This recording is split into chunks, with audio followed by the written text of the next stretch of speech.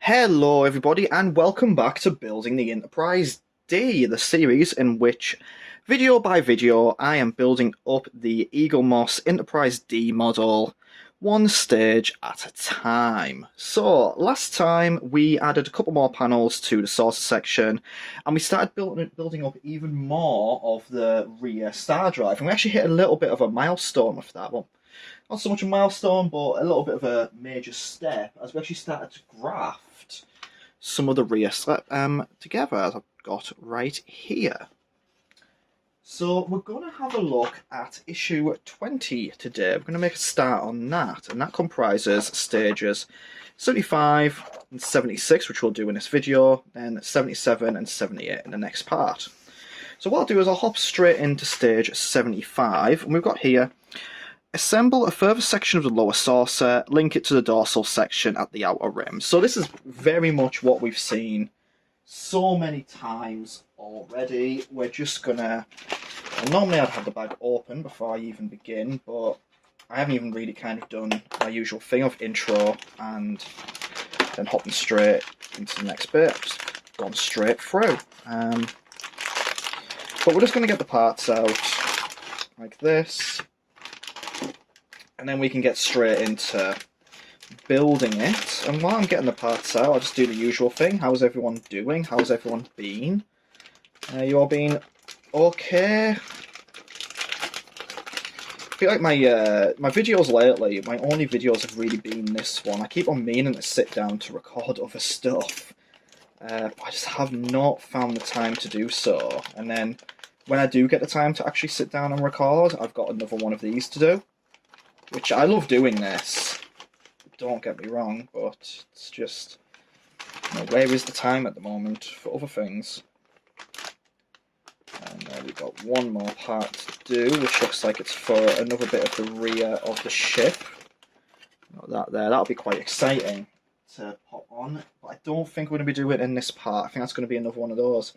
Let's leave it to one side for now. So I'm just turn on my desk lamp. And we've seen this before, we know where this goes. Plastic bit put down there. So we've got the metal bit of the ship. And all we're going to do, fill up those 10 spaces with the escape pod covers.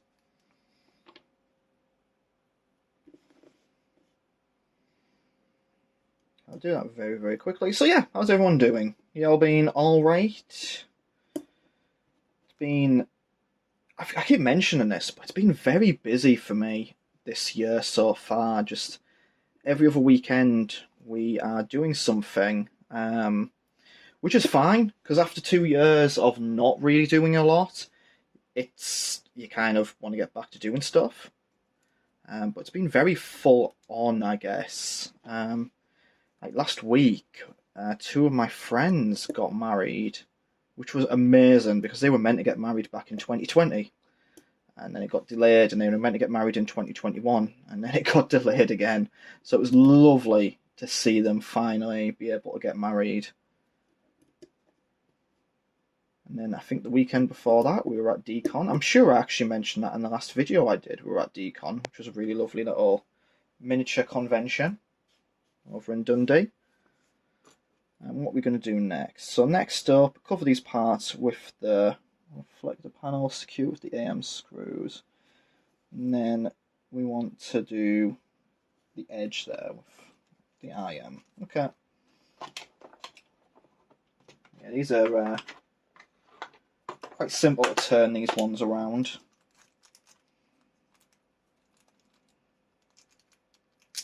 Aside from that, I've been playing... I'm really, really into Elden Ring now. I think I mentioned that. Did I mention it last time I played? Last time I'd recorded one of these. I think I said I was getting back there with it. I'd gotten past like a big sort of part I was struggling with. But now that I'm past that bit, and I've started making a bit more progress and getting through it, exploring more of the map, defeating more bosses and such, I feel like I'm really kind of there with it now. I'm just really enjoying the exploration aspect of it. I still think it's quite an interesting one. It's not definitely not perfect. I think so far it is definitely the culmination of everything they've learned across all of the Soulsborne games. Um, there are a few things that kind of irk me. Um, I guess one of the things I've kind of was talking to another friend about this is that the game offers you like quite a lot of freedom in terms of how you approach your build, whether you want to do magic, you can go into like there's a few stealth mechanics in there. You can go into a straight up melee build for a whole variety of weapons. There's like these faith builds and such. But it does feel like certain bosses are kind of catered a bit more for certain types of builds. I fought one yesterday, and it was in one of the Ever jails, and it was like Elector Black Knife or something like that. And I play a magic user, and by the time I was able to sort of get a spell off, I'd found I was already being hit about 3 times. And it feels a bit weird that there are certain bosses there, and I guess this is always going to be a thing, you can't tune it 100% of the time, but it feels like there are certain bosses that are just made to be tackled a certain, there's only one way to properly tackle them, and any other method is sort of huge disadvantage, and like I say, that's probably always going to happen with any RPG. I don't envy anyone having designed that. But this particular one, I ended up actually having to use a cheese method for it. Which, for those who don't play video games, which I feel like I've asked about games a few times, I never really know how games that my audience might be into. But for those who don't play these sorts of games, a cheese method basically is just a way of finding like an exploit or some such thing, so that you don't have to, fight it. I say legitimately. Yeah, that's pretty much it. So you don't have to fight it necessarily legitimately. So in this particular case, there's a method you can use that gets the boss stuck, so that they can't actually hit you or move. So that was quite beneficial to me. Well, we've done that already. Okay, so now what we're going to do, and I was absolutely right about the other sets of screws, not the other set of screws, the other part, that is just going to sit off to one side until we are ready to use it, probably in the next part. But what we're going to do now is we are going to attach this to the saucer. So let me just go grab the saucer.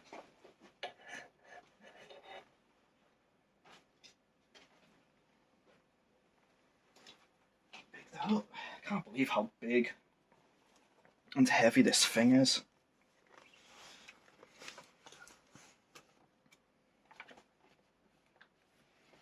There's our lovely saucer. And that's where we're going to put the part. So what we're going to want to do, slot it under. Wow, I'm going to be honest, that was really smooth. Which is nice to have that.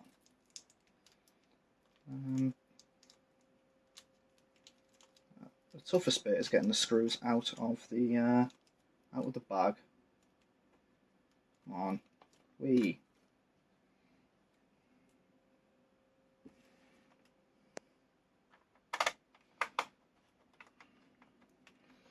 Screw that down.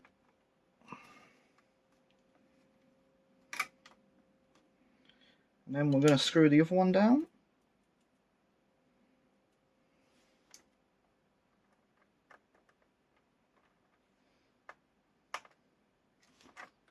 No, we're not.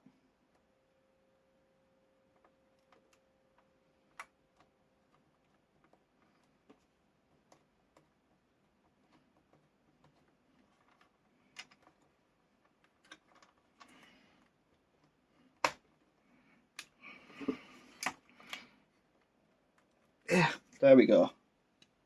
That is... It's not properly in. Let's actually change tact a little bit. I think part of what's hindering me here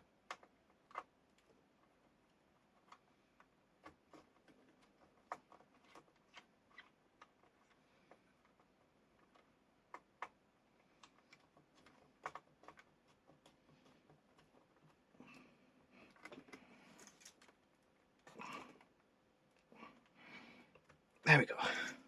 There, the screwdriver wasn't quite there. Okay, so that's that done already. That's another stage complete. And let me just kind of show you that. Kind of hard to keep it in focus, but it's definitely slowly but surely getting there. Okay, so the very, very final bit, the very final part is just to get our final escape pod here. And we are going to pop it in there, like that. And then that is stage 75 complete. That was 11 minutes from starting the video through to finishing stage 75. I am actually really surprised at that. So, I'll see you again in a moment for stage 76. Okay, so welcome back to stage 76. So, what are we doing on this one? Add another large segment of the saucer's lower skeleton and start to assemble the dorsal hull of the battle section. So what we're doing here is we're going to start with some prep work on the skeleton itself. So we've got our bit of skeleton here. And we've got some lights. So we want to take the two deck panel lights and carefully bend the rubber bulb as shown. So we've seen this before in the videos. But we kind of want to separate the cables like this. And then we just want to kind of have both of these going at pretty much a 90 degree or right angle to the LED. And what that allows us to do is when it comes to putting it on the skeleton, it allows us to properly fit it in place. Of course, it's not an exact science as such. It helps, but they don't always slot immediately into the position. But there we go. So we've got them two prepped now. So then what we're going to do next, I'm going to take the skeleton, and I'm just going to make sure I'm fully prepped here because I need these super small like brackets, they call them. And we want 1 AM screw each. So let's just get them out. I was talking before about doing videos. I need to start like recording more other videos as well. I have my Amiga Mini now, A500 Mini. I've sat down with it quite a bit and played about with it, and I really, really like it. But I want to do a proper full video about it. It's just I haven't had the time to do it yet. Things have been quite busy. So hopefully soon I can do. So what we're going to do with this one, slot the bulbs into the recesses and then thread the cables through the skeleton as shown. So this is going to be, that's going to go there like that. And that is going to go through like that. So we've got the, bring it up there, we've got the bulb in that recess. Of course, like I've mentioned before, this it doesn't actually fit in the recess, but then we've got the cable which will be going off in that direction. So what I want to do now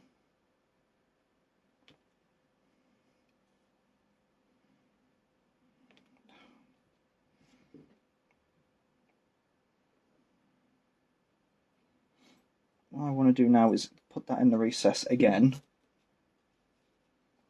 I think I've mentioned before, but I always find this I find this awkward for a couple of reasons. One is that I've never really been greatly dexterous when it comes to cables and things like that. The other thing is that it just isn't made to Like, if it goes into the recess, but it doesn't stick there, which is sort of my biggest kind of, well, one of my biggest bugbears with this model in general.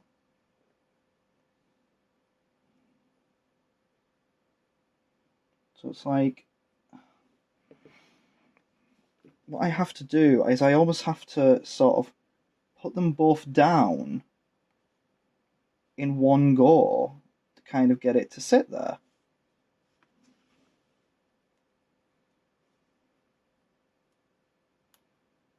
Kind of like that. It doesn't necessarily sit as nicely as the page kind of implies. And then what I want to do,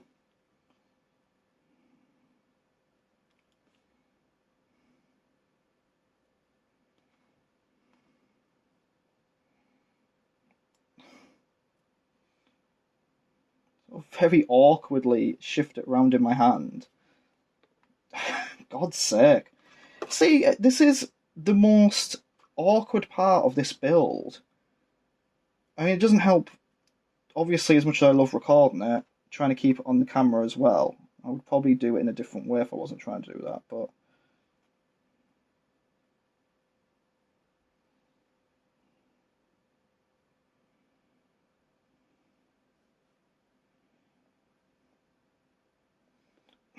You see, it just doesn't want to sit in there.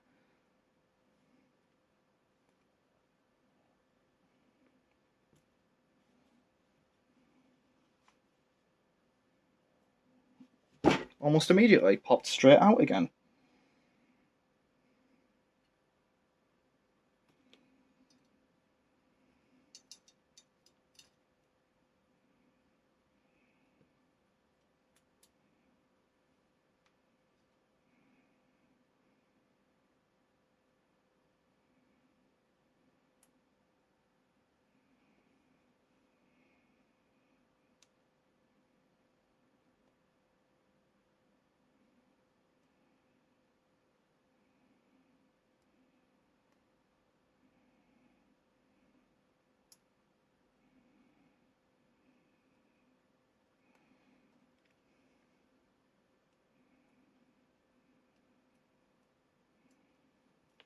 You need like 3 hands for this. Like, I can't physically do this. It's very, very weird.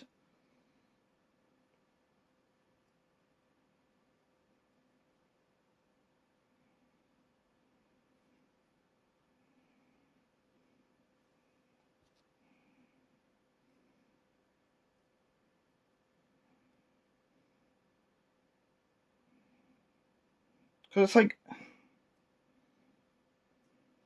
No, that's on the floor. God's sake. I don't know how they expect people to do these sometimes.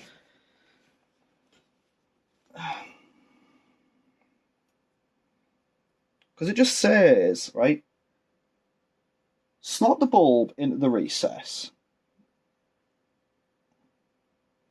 And the problem is, when it says slot the bulb, you think, oh, just slide it in, or something like that.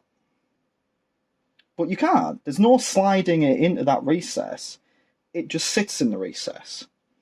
But then because it's like a cable that keeps touching the bottom of the desk, then you've always got some sort of movement on it. So you have to lock it into place somehow.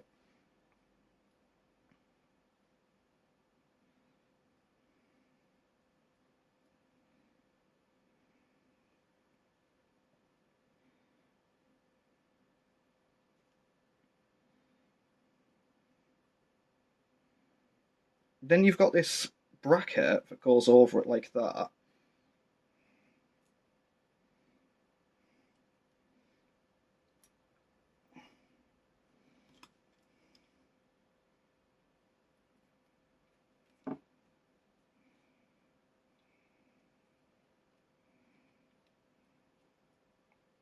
That's next to impossible. Give me just a moment. I'm going to come off camera just to try and get this sorted. Okay, so we're back. I've got there just a little bit after I turned the camera off. That is incredibly frustrating, as you might have noticed. I don't really understand the terminology they use in this kit at times, like, you know, slot it in. Because to me, when you slot something in, it's like the recess is big enough for you to push it in and it holds it in place. That, you kind of have to hold it in place whilst also holding two other things in place whilst bringing in the screwdriver.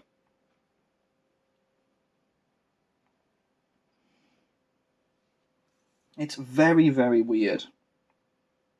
The next one, however,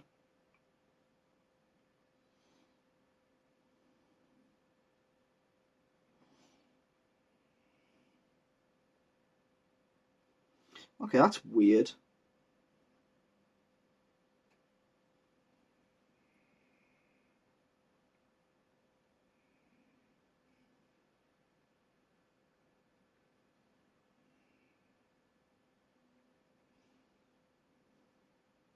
So hang on.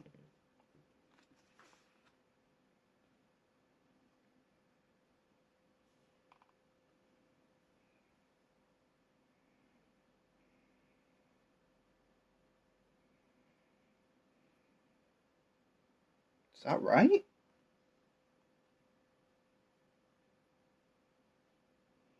Oh, I see, I see.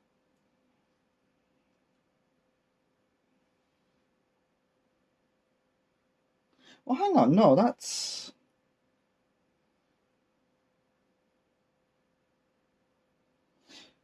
really strange. It shows one of the cables going under and through, and then it shows the other one being on the outside of it, but that's not possible if you go off of how this is designed.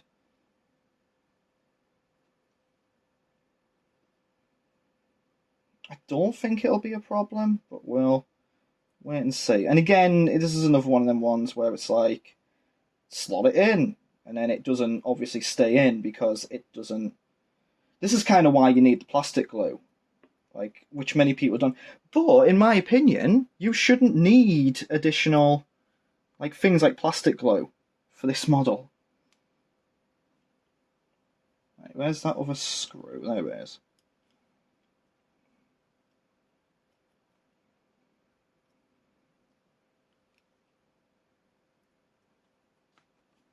This one slotted in much easier than the other one, thankfully.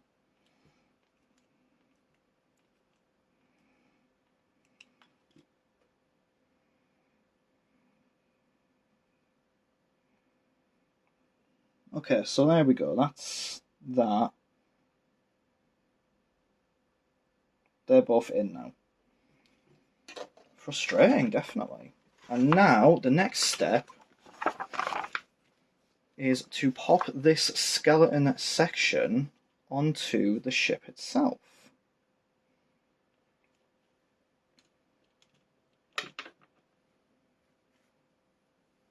So this shouldn't be too bad, but this is going to be a bit of a time-consuming one.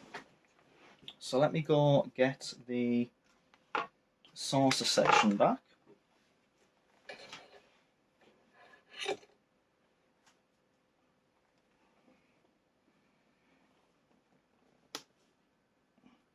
So for this, what we are planning to do is we're going to put the new saucer section here.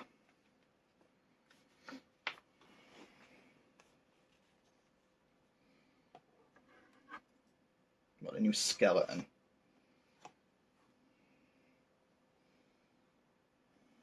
So let's make sure all of these cables are just buried a bit further down.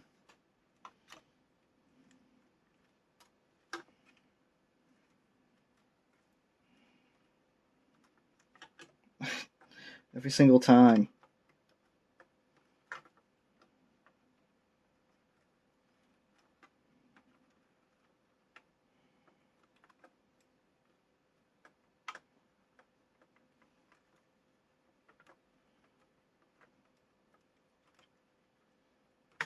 Okay.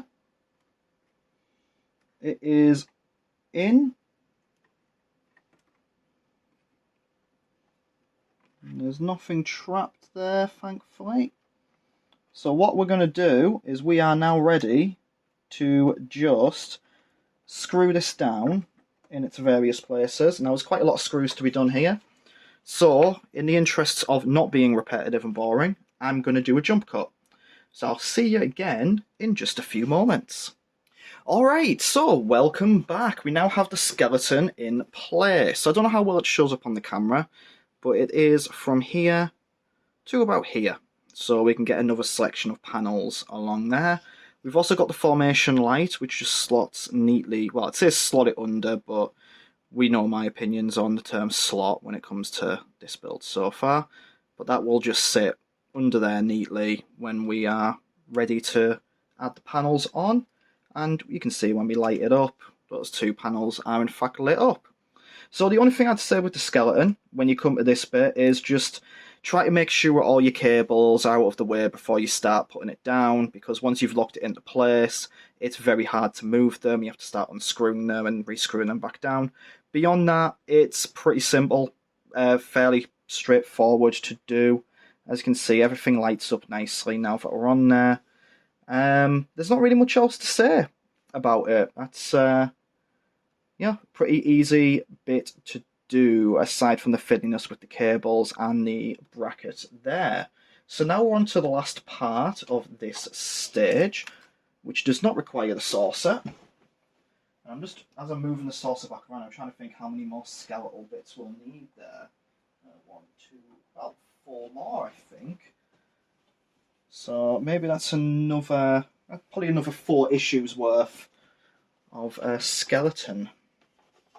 So the final bit is just, yeah, this was the end of stage 76.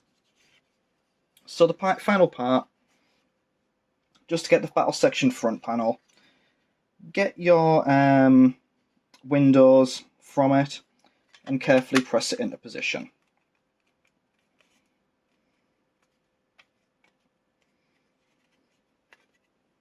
And there you go. That's it done. That's another stage complete. That's stage 76 done. So next video we're going to be covering 77 and 78. In 78 we're going to be fitting more onto the saucer, filling up more rows, building more panels up. Should be fairly straightforward. But yeah, thank you all so much for taking the time to watch this. As always, it's super appreciated. And I will see you again in the next video. Goodbye.